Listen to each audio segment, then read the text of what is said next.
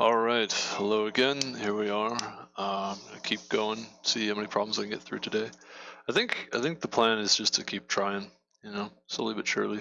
Keep plugging away. Just keep plugging away. Eventually we'll get through them all. I think the plan is just okay. So I've got the chat. I think it's over here. We gotta pop it out. 1 second. So this problem is number 1169, invalid transactions. Let's see. How quickly I can do this. Let's see. 9 invalid. Got the chat out. And now let me, almost ready. Now let me go into the next question. So I believe I'm in good shape here to continue. Is there anything I need to be careful about here? Oh, I think we're good. Okay. Alrighty. Let's go. Invalid transactions. Oh, so transaction is possibly invalid if the amount exceeds $1,000 or, oh, that's a lot of dislikes. What are the, oh my goodness, look at this. This is complicated. Really low acceptance rate, a lot of submissions. Okay, oh boy. Okay, it's gonna be maybe a rough one. If it occurs within and including 60 minutes of another transaction with the same name in a different city. Same name in a different city, it's possibly invalid. You're given an array of strings transaction where transaction of I consists of comma-separated values representing the name, time in minutes, amount, and city of the transaction. Return a list of transactions that are possibly invalid. You may return the answer in any order. So, if it exceeds $1,000, it's an easy check to make. Or occurs within and including 60 minutes of another transaction with the same name in a different city. Okay, probably hash map. That's the way to go here. May return the answer in any order. Okay, transactions, Alice 200, 800 MTV, Alice 50, 100 in Beijing, output MTV in Beijing. First transaction is invalid because the second transaction occurs within a difference of 60 minutes, have the same name and is in a different city. So transaction, I think, is the first string. The second value is name, time, amount, and city of the transaction. Okay. Interesting. Transactions, Alice 50. So this is within 60 minutes, and it's the amount. This amount is invalid, and this is not in a different city though. It's in the same city. So this is fine. Okay. It's just this one, and then here, this one is invalid, and then the same city. So this one we don't have to worry. Oh, but it has a different name. Okay. 1,000 transactions. Each transaction of I takes the form name, time, amount, city. Each name and city consist of lowercase English letters and have lengths between 1 and 10. Each time consists of digits and represent an integer between 0 and 1,000. Each amount consists of digits and represent an integer between 0 and 2,000. Okay. So these I can use. Okay, interesting. Huh. Okay. A little bit of practice with inputs and outputs.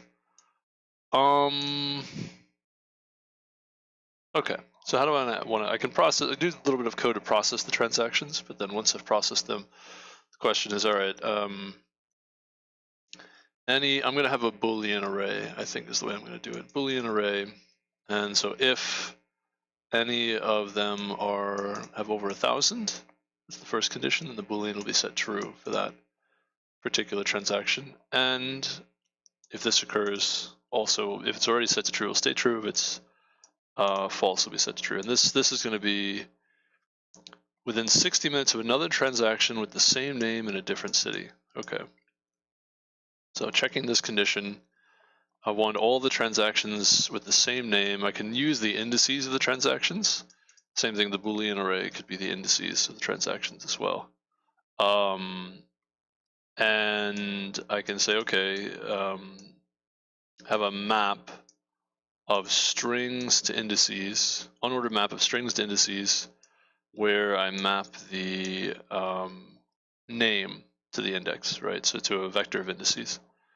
So I'll have Alice and Alice with these two transactions.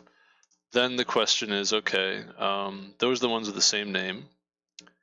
Now between those indices, the pairs that have a different name and are within 60 minutes of each other, I can sort these as indices by their time, transaction time, and then I can go left to right through the transaction times, the indices, and then their respective transaction times, pair by pair, and check the difference, right?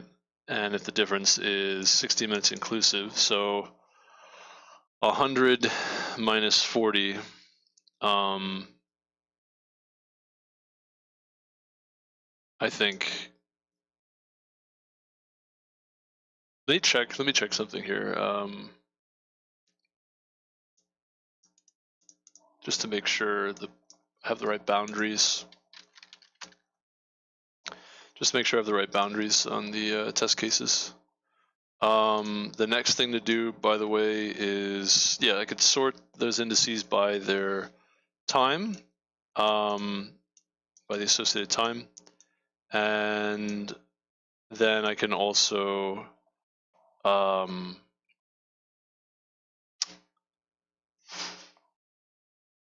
could also put the time into a time array. I think this might be good to do that. Sort the indices by the time, and then my dog wants to say hello. What's up, Pooch? Hi, bud. Hi, bud. Yeah, hi, Pooch. Sniffing my garbage because I eat and put it in the garbage, the food in the garbage when I'm done, or the stuff I ate on. Hi, what's up, bud? Hi, hi, puppy. Siberian Huskies. I want to check the bounds to be more precise on the bounds. Oh, she just stuck her nose in my my arm. Is it 80? Let's see.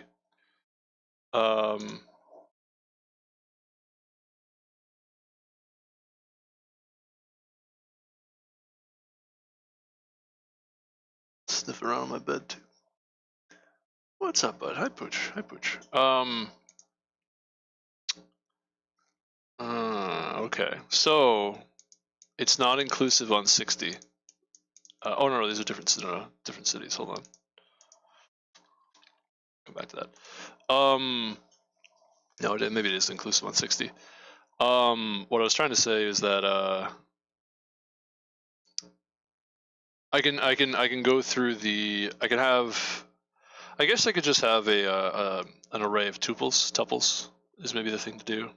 Might as well just do it that way for the indices. That way I can perform the lookup and get what I need. But yeah, I can sort the indices based off of their their time. So unordered map of the name of the transaction to a vector of indices, sort the vector of indices when I'm done, sort each one by their the time, and then finally go pair by pair left to right and check the times if the difference between the times is between 80 and 20. So yes, so if I go to 79 though, this should be and the other thing to check, it's the time, and then also check that these are different cities.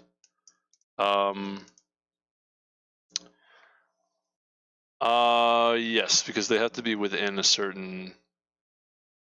So I have to be a little more careful than that, actually, because I need to do so set 80. So this is still in there, right? If I go to 81, so actually it's a little more complicated than that. It's not going to be pair by pair. It's going to be a sliding window where I'm going to go all the way to the right.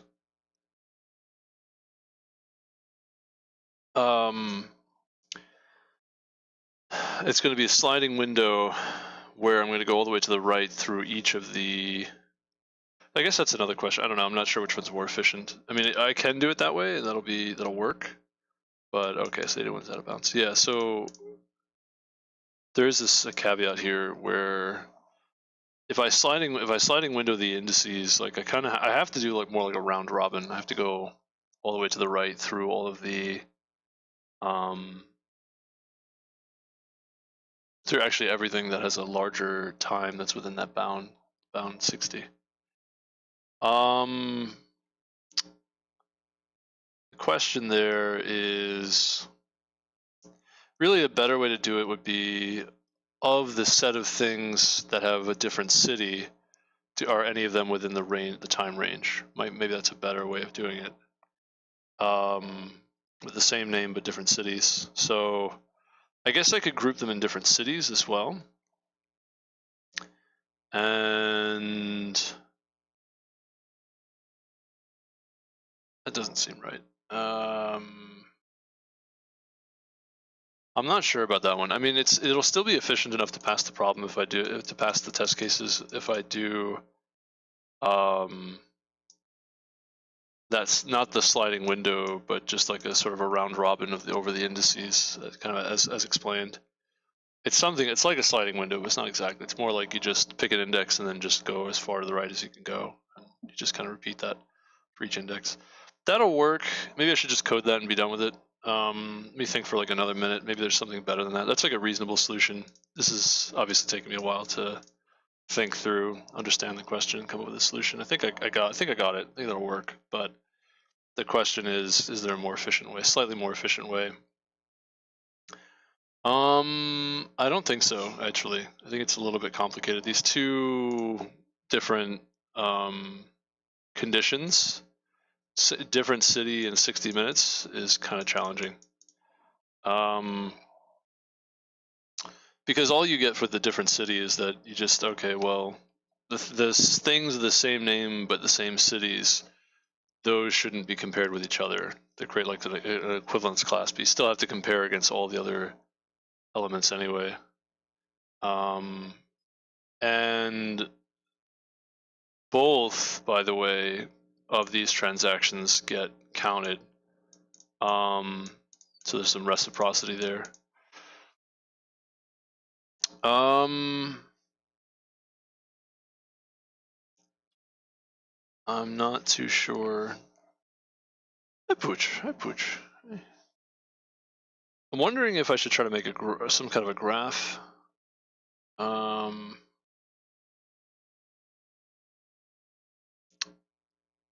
Yeah, I mean,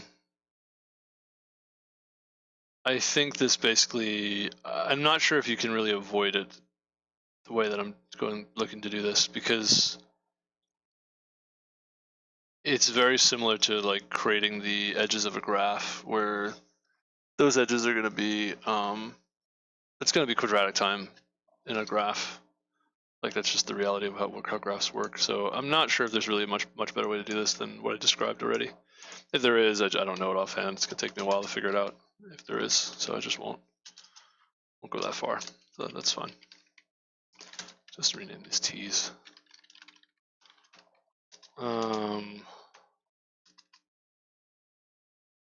S and T's. So let's have a vector of tuples. These are going to be by a tuple.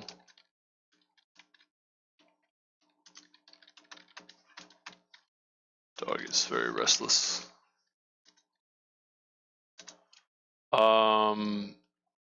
Let me Ma. Oh, hold on.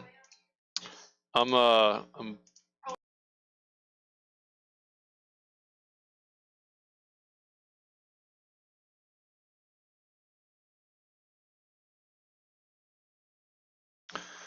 sorry about that. Okay, so what is it doing? So tuple, right? Tuple and a Boolean. This is going to be valid of n.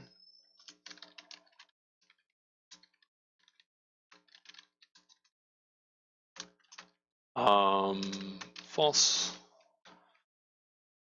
And the tuples, we're going to have string, int, string, And I think I mentioned also another data structure is unordered map of string to a vector of indices.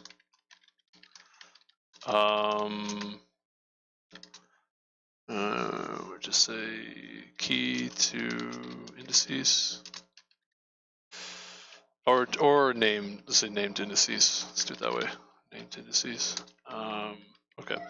So now I want strings, name, and city, and I want two integers, time and cost, and I'm going to say s.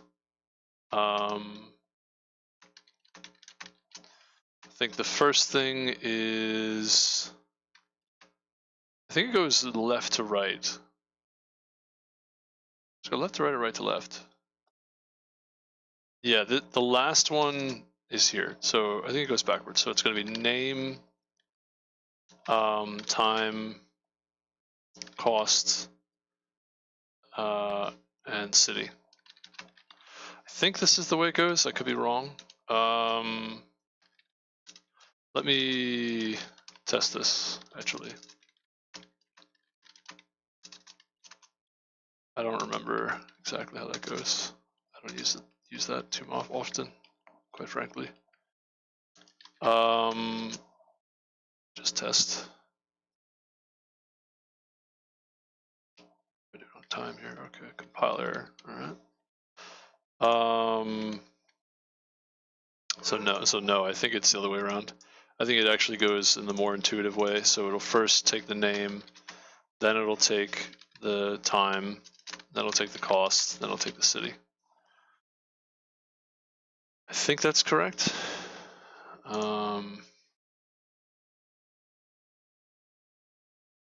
Maybe it should be input string.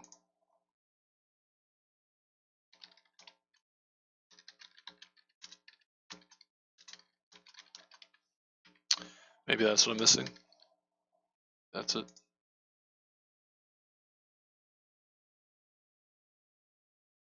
Because I did not write that as a iString stream. Forgot to do that.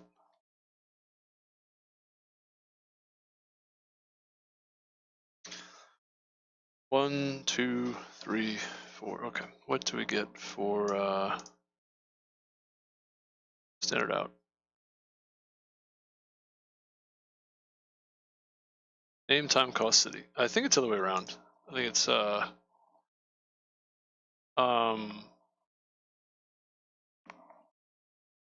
city. I don't know.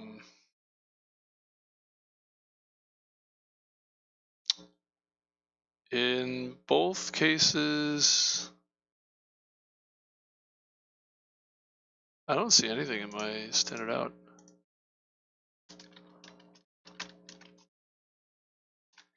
Hello. I'm missing something important here. I'm not sure exactly what it is. Hello.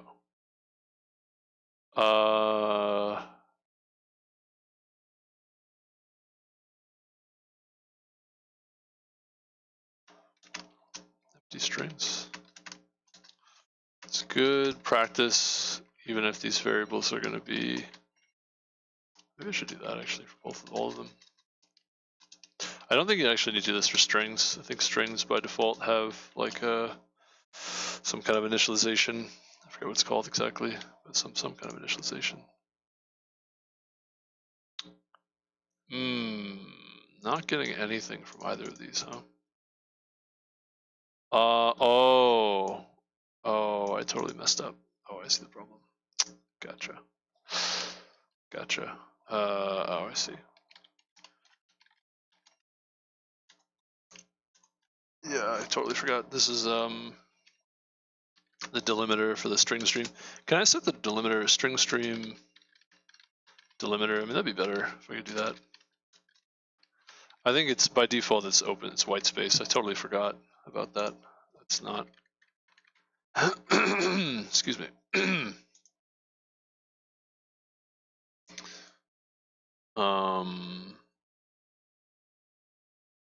Token. Yeah, this is how I was going to do it, but that's not the same thing as string stream.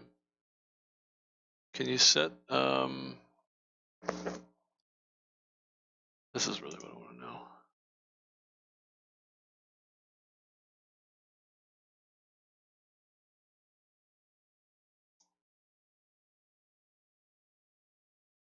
String token parse. C++ string toolkit library following solution. Never mind. Looks like there's no easy answer for that. Okay, so I'll do what I was gonna do. Yeah, I was getting ready to do this. Actually, I don't want while. I don't want that. We're gonna do token. Don't think I actually need to do that with strings. That part. Strings a little bit different.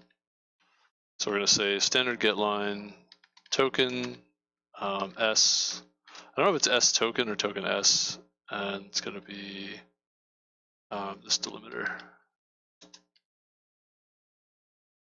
And I'm going to say name equals token. Just copy it here and do that 4 more times. So name, first it's the name, then it's the time. String derive token. Then it's going to be cost.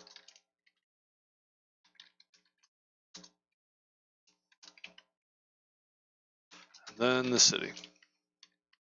Okay. Yeah, that was, and the token could be in the wrong spot. I think it's in the right spot, but it could be in the wrong spot. It's in the wrong spot. Okay.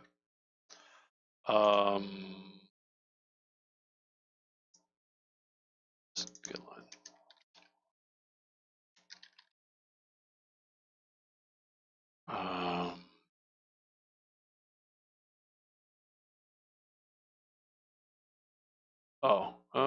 Oh, it's gonna be an O string stream. Okay.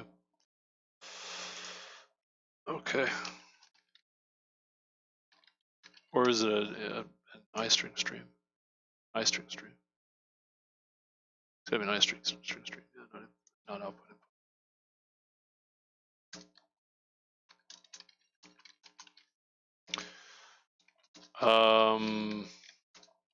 Oh, I see. Okay.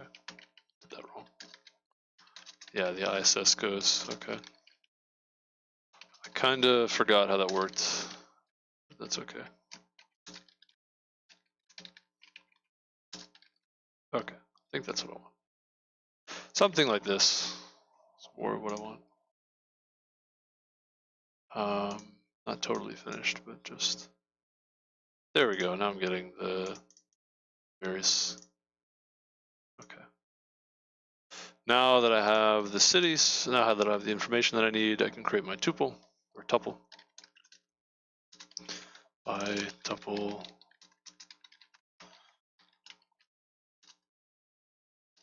of, should really do.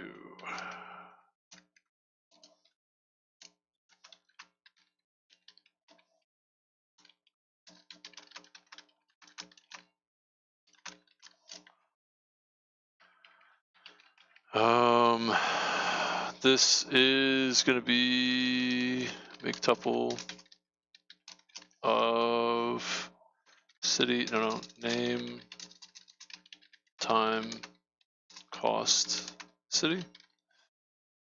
And also now I can say if cost is greater than equal, actually I could do better than that. Just say invalid of I is cost is greater than equal to 1,000.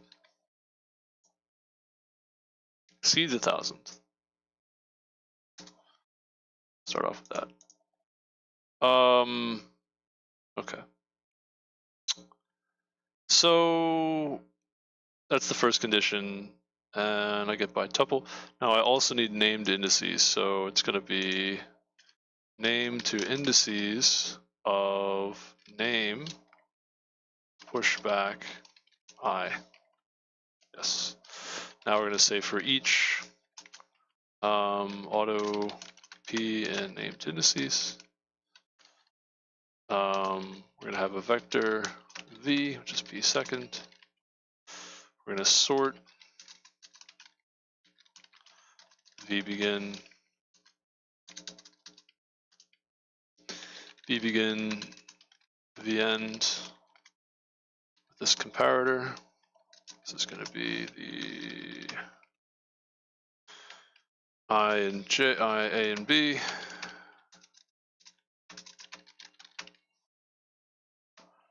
It's going to be standard get of 0, 1, 2. No. To be sorted by the time 1 of by tuple of A and by tuple of B. All right, sort these indices in that way. Now all of those are sorted, and I could process them. In fact, actually, after I sort them, I could process them. I could process them right there. So this is going to be for each int I is 0, I is less than n, increment I, standard vector, string result dot reserve, result dot if invalid of I, result dot pushback transactions of I. I don't know if this should be in place back, maybe it should be in place back. Not really sure if that'll work or not. Okay. All right. Now for each of these indices, we're going to say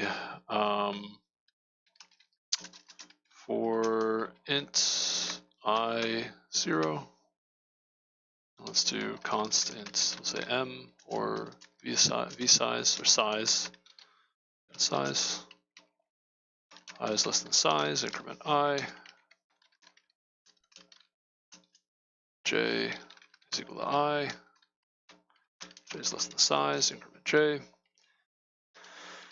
going to say const int t, t1 is going to be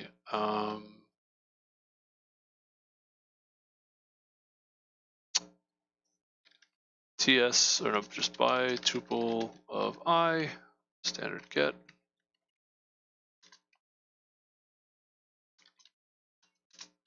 One time. Get the time of tuple 1 and t2. It's going to be, so end j is time 2. It's going to be, this has to be less than or equal to 60, right? It's going to be the difference between the value on the right, which is larger, and the value on the left, which is smaller, right? Alternatively, this is less than or equal to this right side plus t1 plus 60.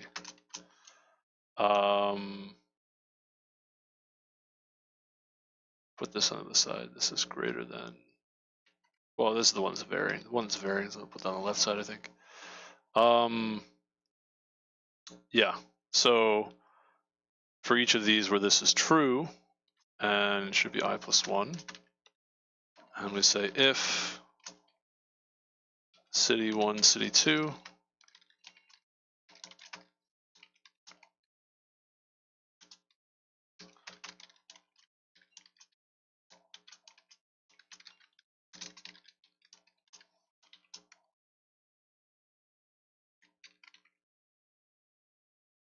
if C1 is not equal to C2, then invalid of both I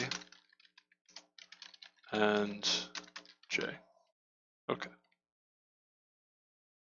And yeah, basically we do that for both. Okay, I think that's it. Hopefully that makes sense. Hopefully that makes sense, what I did there. It's kind of an involved thing. To invalidate. Let's see about this. This is correct or not. Okay, it's correct in some cases, not correct in this case. Output empty.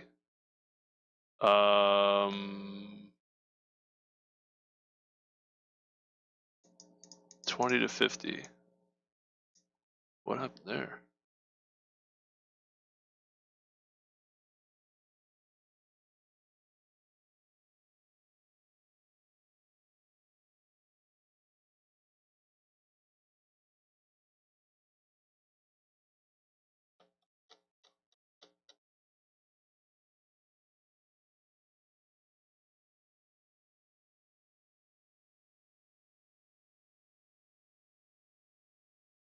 Oh, yeah.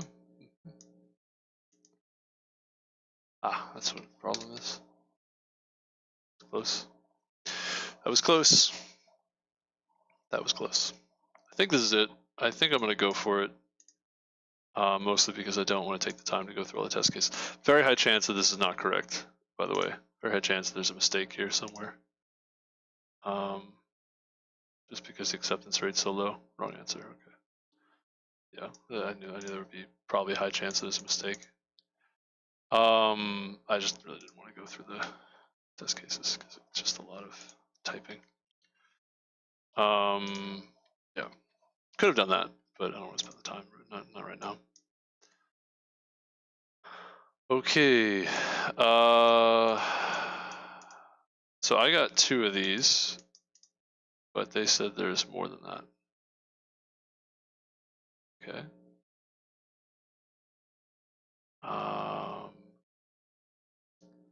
Oh, there are duplicates. Okay. 0, 1. I mean, how come I didn't catch these? Oh, but these have the same. These have the same city. Why would these be invalid? These 2. Why would they be invalid?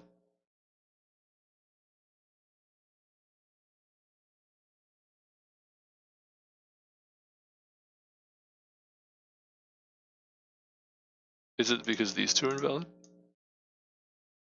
Well, no, they have different names.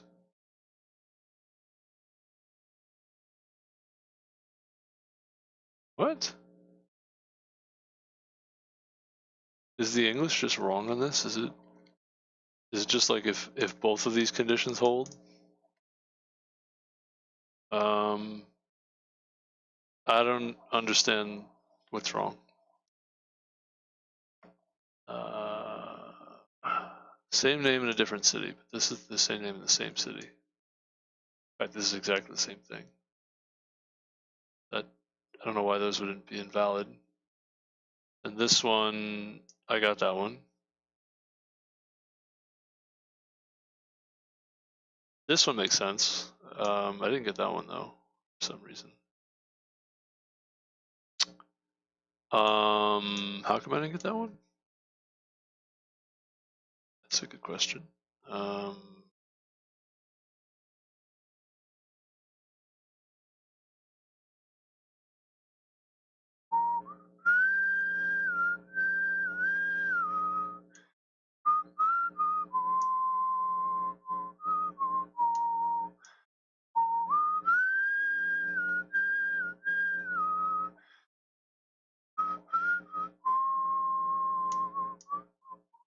How did I miss this one? I should have missed this one. I don't know what happened there. What's going on?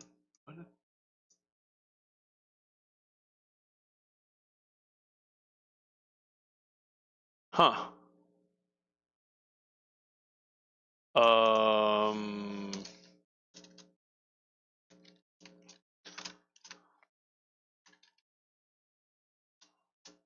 Let's do I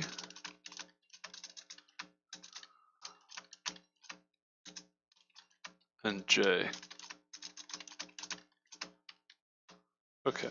What happens here?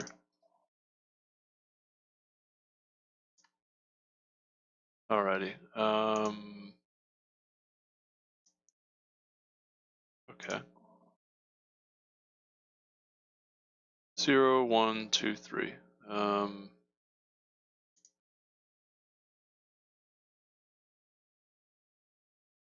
to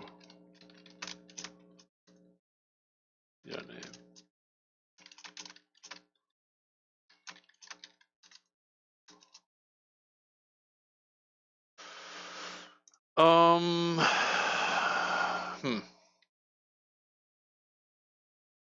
Also, my neck is aching here. Was not expecting to get this wrong. So Bob, Alice. Alice is more interesting. Bob is not interesting at all. Bob doesn't have anything associated with it. Okay. Alice has 1, 2, 3, 4, 5 things, right? 0, 1, 2, 3.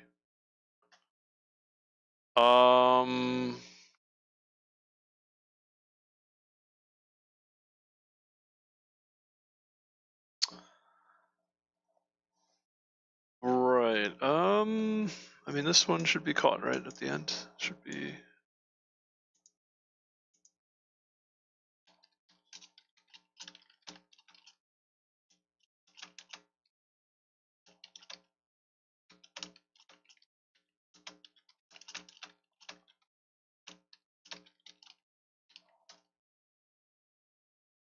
Do I need to do some kind of special string comparison here? Is that the issue?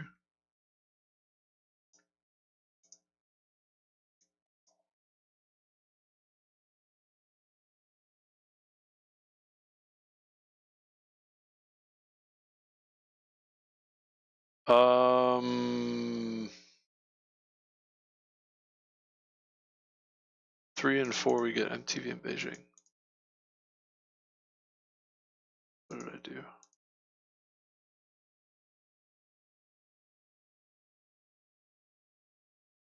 Oh no. Oh no, wait. Name, time, cost, city.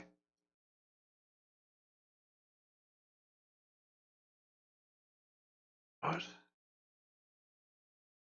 What? Why does that have the wrong? Huh? There must be a typo somewhere. I must have done something wrong. It's not obvious. Should not be MTV. Yeah.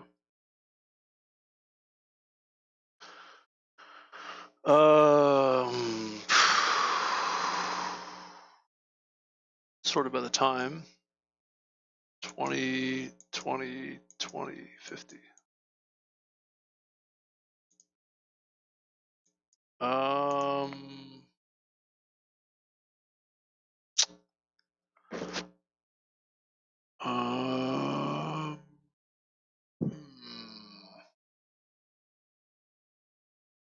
No, this is a sorting routine. This doesn't get rid of anything. That should be fine.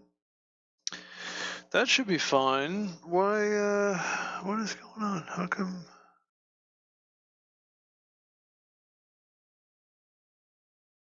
Huh? What is in this tuple?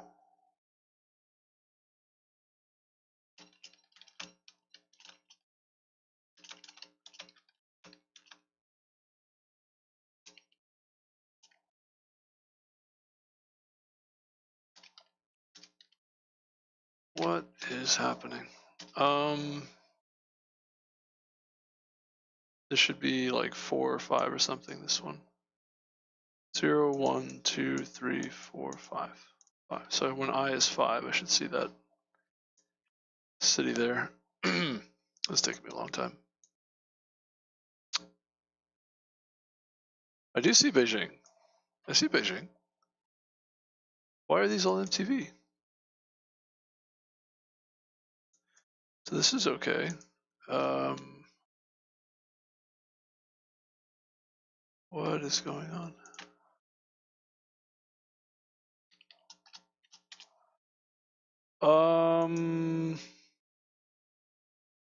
What is happening? What is going on?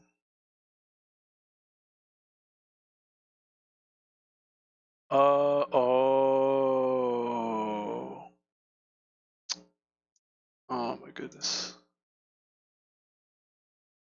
Oh, that's bad.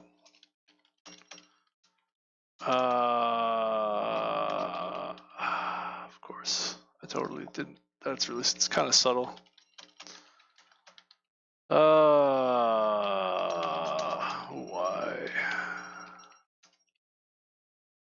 But I make these mistakes every now and then. Yeah, I see why you got so many downvotes and why it sort of trips so many people up.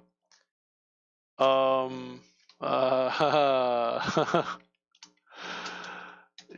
I see that. I see that. Okay, it got me. It got me. It's true. It's true.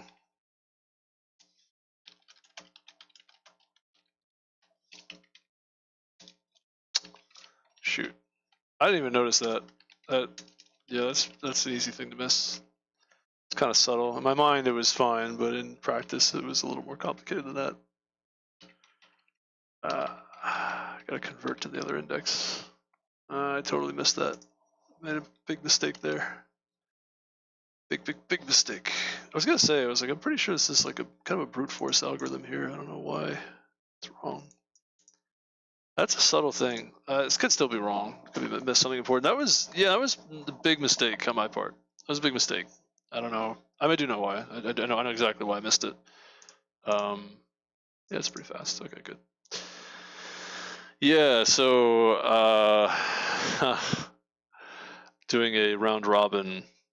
That was an array of indices. I needed to convert to I need to do a round robin through that array of indices, but I needed to in order to get the tuples, I need to convert to those indices. So yeah, I had sort of a level of indirection there that I forgot about. That's basically what happened. Let me submit this like 6 times and then move on. So that's kind of unfortunate. I mean, it's good that I got the question, but dang, it took a lot longer than it should have. It took a lot longer than it needed to. Got almost 100% here. It's pretty fast. It's pretty good. Let me keep submitting a few times. Oh man. So yeah, if you like this kind of stuff, then let's see how do we get? 1, 2, 3, 4. So like maybe 6. We'll do like three more submissions. 1, 2, 3, 4, 5, 6. 2 more after this. So yeah, I mean it's what was I gonna say?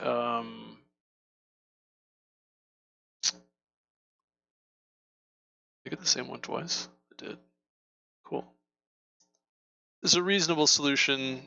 Might be a faster way to do it. Use a little bit of extra memory. I think linear extra memory, linear. It's not linear time, actually. It's technically could be quadratic time, I think, in the worst case. Not a bad solution, though. And I'll submit it one more time. Like I said, I think I said it before already. If you like the stream, like this video, give it a like. If you follow, subscribe for more. And I'm going to... my mom wanted to talk to me about something, so I'll go talk to her after I submit. I'll just submit one more time. Talk to her. Yeah, I wanted to do this faster. I mean, 40 minutes is not great. I'm trying to do things in like 5 minutes if I can. Just because it's just a ton of questions to get through. And I kind of want to get on to some other things. Like I don't want to spend all day every day working on this. I do have like bills to pay and resumes to send out and projects to work on and all kinds of stuff. I'll do one more submission, but yeah, it's the solution I gave is like not that complicated. It's sort of just rearranging the data and then doing a round robin with the conditions I gave. And I missed one level of indirection, which is really bad on my part. Like that should have been pretty. I should have remembered to do that. I don't know why I didn't remember to do that. That was pretty bad. I could have tested a little bit more to catch that, but like I said, I don't want to spend that much time testing these things. There's quite a lot that can go into the test cases, I guess. In that case, it wouldn't have been that much to test it, but it's okay. You don't really know, you don't really know beforehand. You can kind of guess at it, but you usually don't actually know if you made like some typo error or whatnot. All right, yeah, I'm gonna go. Thank you again, and I'll just go ahead and stop here. I might be back later. We'll see, maybe. So yeah, thanks again for watching. Take care.